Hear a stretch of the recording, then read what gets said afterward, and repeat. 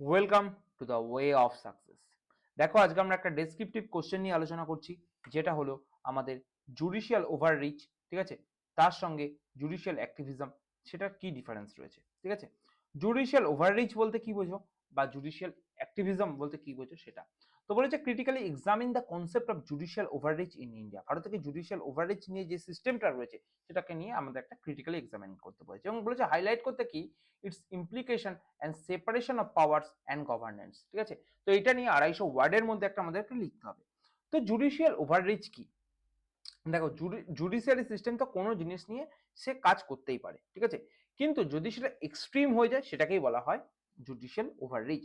সেটাই বলছি যে judicial overreach refers to an extreme form of judicial activism. মানে কোনো জুডিশিয়ারি কোনো কিছুর উপরে কাজ করছে, সেটা জুডিশিয়ারি অ্যাক্টিভিজম বলতে পারি, ঠিক আছে, কিন্তু সেটা যদি এক্সট্রিম পর্যায়ে চলে যায় সেটাকেই বলছি জুডিশিয়াল ওভাররিচ। জাস্ট একটা থিন লেয়ার রয়েছে মাঝখানে, যেখানে অরবিটারি এবং unreasonable frequent intervention by judicially, ঠিক আছে, এনকোর্স হচ্ছে কিসের আপন লেজিসলেচার অর এক্সিকিউটিভ ডোমেন। আমাদের ভারতীয় সংবিধানের আর্টিকেল 50-তে বলা হয়েছে মানে সেপারেশন কার কার, লেজিসলেচার, এক্সিকিউটিভ এবং জুডিশিয়ারি, তিনটে যে আলাদা সেপারেশন সেটা বলা হয়েছে। তো সেক্ষেত্রে যদি লেজিসলেচার বা এক্সিকিউটিভের ওপরে জুডিশিয়ারি এক্সট্রিম কোনো ওভাররিচ হয় বা এক্সট্রিম কোনো ইন্টারভেনশন হয়, সেই জিনিসটাকে কিন্তু বলা হয় জুডিশিয়াল ওভাররিচ, ঠিক আছে। এই কনসেপ্টটা তোমাদের কাছে ক্লিয়ার রাখতে হবে। আর জুডিশিয়াল অ্যাক্টিভিজম হচ্ছে জুডিশিয়ারি কোনো জাজমেন্ট দেওয়ার জন্য যে কাজকর্মগুলো করে সেটা হচ্ছে জুডিশিয়াল অ্যাক্টিভিজম। তো India's democratic framework ensures a system of check and balances delineating distinct roles of legislature, executive and judiciary, যেটা আমি আর্টিকেল 50-র কথা বললাম সেটাই এখানে বলতে চাইছে।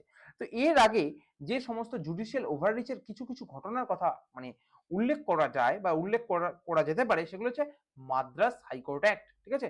মাদ্রাস হাইকোর্ট অ্যাক্ট যেটা কি বলেছিল, ম্যান্ডেট করেছিল singing of Vande Mataram in institution, ঠিক আছে, ইনস্টিটিউশনে বন্দে মাতরম গাওয়া নিয়ে। এবং আরেকটা বলা যায় যে supreme court national anthem mandate, যেটা রিকোয়ার্ড করেছিল national anthem playing in cinema halls, ঠিক আছে। এই যে দুটো জিনিস, সেটা কিন্তু আমরা এখানে এক্সাম্পল হিসাবে বা আমাদের কোনো পয়েন্ট হিসাবে, ঠিক আছে, আমরা কিন্তু তুলে ধরতে পারি। তো ইমপ্লিকেশন অফ জুডিশিয়াল ওভাররিচ, ঠিক আছে, এটা কিভাবে মানে তার ইমপ্লিকেশন হচ্ছে মানে কিভাবে তার প্রভাব ফেলছে সেটা আমাদেরকে একটু আলোচনা করতে হবে। এটা হচ্ছে ইরোশন অফ ডেমোক্রেটিক প্রিন্সিপালস, যেখানে বলছে ভায়োলেটস আর্টিকেল 50, যেখানে যে separation of judiciary and executive যেটার কথা বললাম আমি, সেটাকে কিন্তু ডেমোক্রেটিক প্রিন্সিপাল যেটা রয়েছে সেটা কিন্তু ইরোড হয়ে যাচ্ছে। ডিসরাপ্টস হচ্ছে কি পলিসি ইমপ্লিমেন্টেশন, যদি জুডিশিয়ারি সব জায়গায় ইন্টারভেন করে কোনো পলিসি কিন্তু ঠিকঠাকভাবে ইমপ্লিমেন্টেশনে সমস্যা কিন্তু আসতে পারে, সেটাই কথা বলছে judiciary lacks the extreme expertise to implement policies, ঠিক আছে। যে স্ট্রেনস ইন্টার ব্রাঞ্চ রিলেশন, মানে creates friction between government branches, মানে গভর্নমেন্টের যে বিভিন্ন ব্রাঞ্চ রয়েছে সেগুলোর মধ্যে কিন্তু একটা ফ্রিকশনও কিন্তু তৈরি হচ্ছে, ঠিক আছে। তো আমরা কিন্তু ওভারঅল বুঝতে পেরেছি জুডিশিয়াল অ্যাক্টিভিজম এবং জুডিশিয়াল ওভাররিচ সম্পর্কে একটা বেসিক আইডিয়া আমাদের ক্লিয়ার হয়েছে, এবং তার কি কি ইমপ্লিকেশন হতে পারে সেগুলো সম্পর্কেও আমরা জেনেছি। তো চলো এবার আমরা জানি জুডিশিয়াল অ্যাক্টিভিজম আর জুডিশিয়াল ওভাররিচের মধ্যে সিম্পল একটা ডিফারেন্স কি আছে। ডেফিনেশনে জুডিশিয়াল অ্যাক্টিভিজম বলতে বোঝায় a proactive role of judiciary in protecting citizens rights and ensuring justice, যেটা আমি বললাম যে জাস্টিস দেওয়ার জন্য যেটুকু কাজ করা দরকার বা একটা সিটিজেনের, ঠিক আছে, কোন তার যে রাইটস আছে সেটা প্রোটেক্ট করার জন্য যা যা করা দরকার সেটা জুডিশিয়াল অ্যাক্টিভিজমের মধ্যে পড়ে।